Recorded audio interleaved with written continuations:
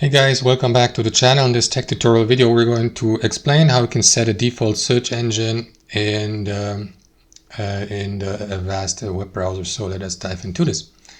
So launch the Avast web browser, and for example, guys, for me at least, Bing was the default search engine, but you can use a custom search engine or switch to Google or any other through the browser settings. So here on Avast, click into these three dots, scroll down and click into settings.